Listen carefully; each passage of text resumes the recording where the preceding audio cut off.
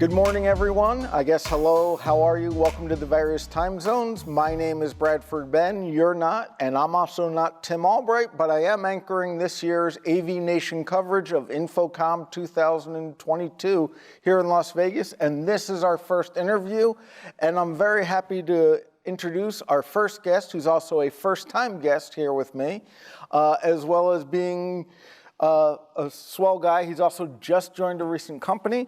His name is Paul Kanikowski. Did I get that? Yes. Sweet. Right. And he's with Level 3 AV. So I know that. I know who you are. You and I are LinkedIn buddies. Yep. We might tweet each other every so often. But what do you do now that you're at Level 3 AV for all of a week? Do they realize the danger they've put you in by having me interview you? And then what does Level 3 AV do?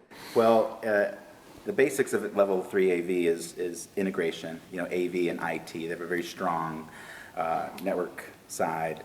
Our CEO, Jeremy, is big in, we just taught a 3-day network class on it. So we are at heart an AV integrator, but we're moving more towards software-defined AV. And my role is cybersecurity architect, and that's to really be the proponent of security within the company and within the industry. So we're going to start by just looking at our internal policies, look at the man in the mirror, as Michael Jackson says, right? And look at everything from onboarding to BYOD to data security and integrity. You said a 4-letter acronym. You know my role. I don't know if you didn't say the rules. There's a rule? There's a rule. If you use an abbreviation or an acronym, you have to define it. Well, for those who don't know, BYOD is bring your own device, and that means bringing your own phone, your own tablet, or possibly your own laptop into the office, or nowadays, since work from anywhere is the norm, bring it onto the network. So by doing that, you're always bringing your other apps with you. You may be bringing other vulnerabilities with you, possibly malware, and so there has to be a very strong agreement between the company and the employee. So starting with something like that, and then building other policies with it. I like to think of it like a binder. We're 3-ring binder. We're putting them in the binder, reviewing them periodically. And then from that, trying to look at it more, a ring out, third parties, partners, industry associations like Avixa, trying to get folks like you, other security-minded people to share things more. Even the manufacturer's not sharing, hey, I got hit by ransomware, you might want to watch out for it. So trying to start those conversations. And you already said some of my favorite things of privacy and the network security and bring your own data and bring your own device and all of that. So as we look at that, have you found companies are getting more interested in data? I don't want to say durability, but data security and overall policies, especially with bringing your own device? Yes, well, I would call it integrity of the data. That's one of the triad of security, right? CIA, which it's a 3-letter acronym, right? But it's integrity, availability, and what's the other C? Confidentiality, I believe, yep. Right? So keeping that data secure, knowing if it's stored encrypted or not, if it's in transit, how are we transmitting it? Are we using something like Dropbox or these other cloud sharing that a lot of people in AV just did it out of necessity, but they didn't actually think about the security behind it. So the need is actually coming, I think, from the client side. It's the clients that are asking. It's the financial firms. You're getting those questionnaires more often about your own security.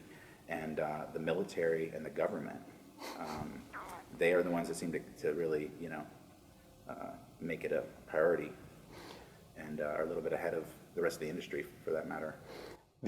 My favorite story about that is my wife works for a government contractor doing accounts payable.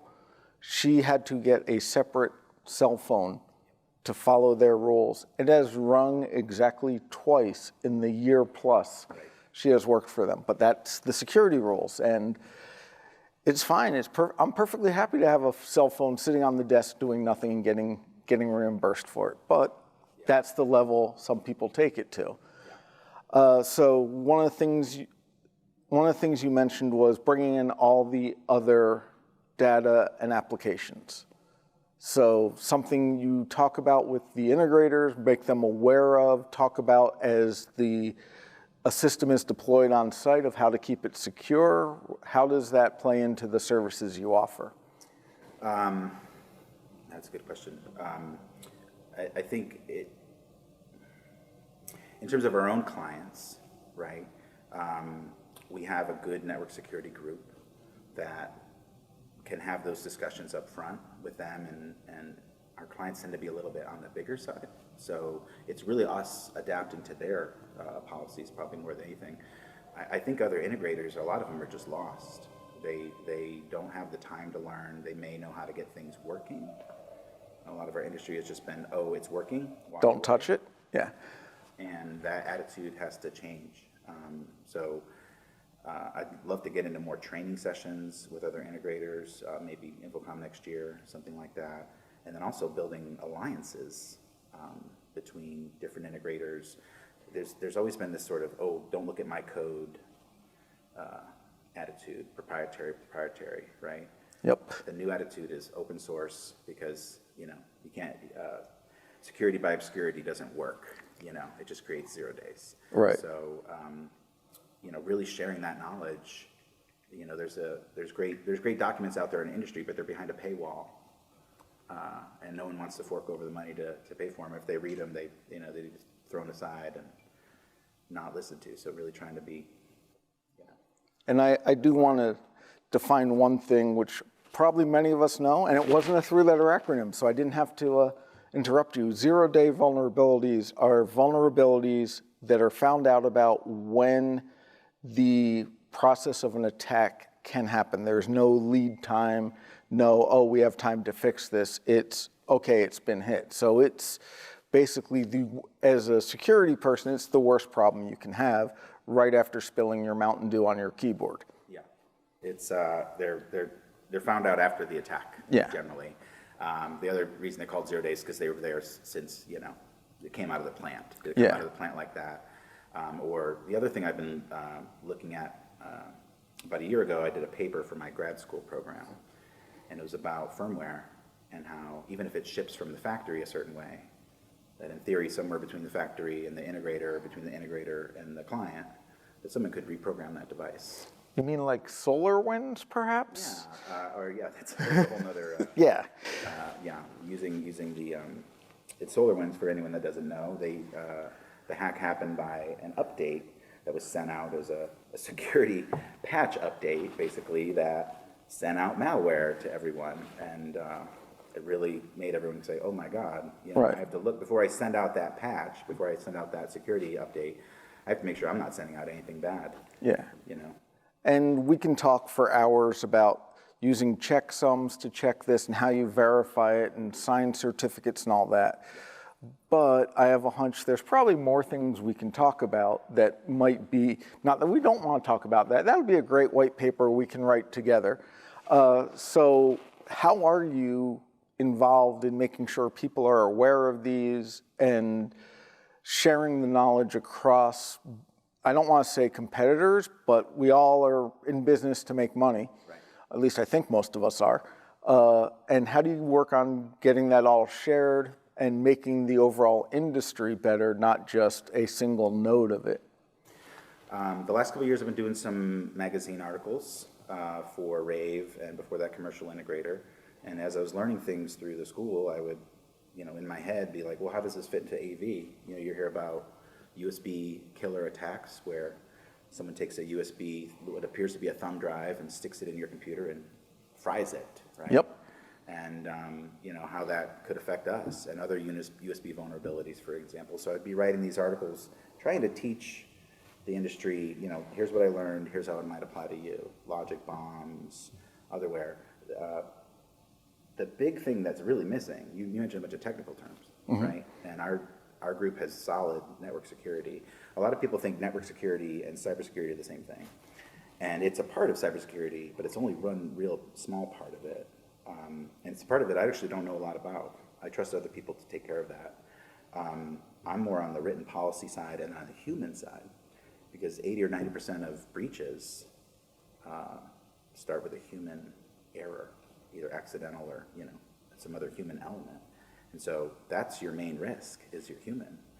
And so teaching the humans within your own company, just the basics, password policies, turning off your computer, don't write it on a whiteboard behind your camera, what to do when there is a breach. Most people don't have any idea. There's no plan, or am I allowed to tell my customers what to do? Yeah, and then the lawyers get involved and it becomes a whole nother story. So we can have those discussions without getting technical at all. We can talk about ransomware, phishing. Phishing is when you use a phone to trick someone. You call up the IT department, say, hey, I need to get my password reset, and just really knowing what's out there.